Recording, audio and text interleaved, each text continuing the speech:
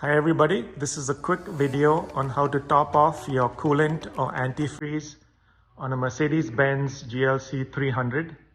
This is a 2017 model. So first thing, you pop up your hood, make sure your car is completely cool. Facing the car on your left hand side, that's where you will open up the cap and top off your coolant. There is a way to check your level. So if you can see that silver T-shaped thing, and below it is where the pinkish coolant is. So clearly, in my case, I am below.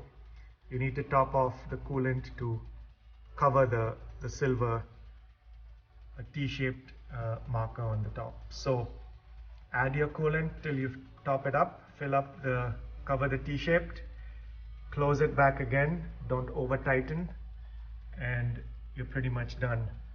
I'll put a link to a universal 50/50 coolant that works for not just this car but pretty much any car. It's also pre-diluted with water, so I really like this. You don't have to guess, and that's how you do it. Thanks for watching.